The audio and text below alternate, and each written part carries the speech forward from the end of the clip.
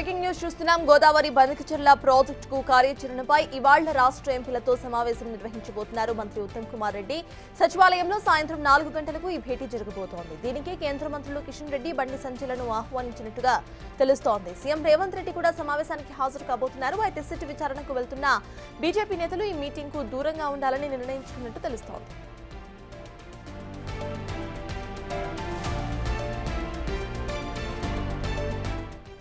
కాంగ్రెస్ తో పాటు BJP, BRS, Majlis పార్టీలకు చెందిన లోక్సభ, రాజ్యసభ ఎంపీలకు ప్రభుత్వం లేఖ రాసింది.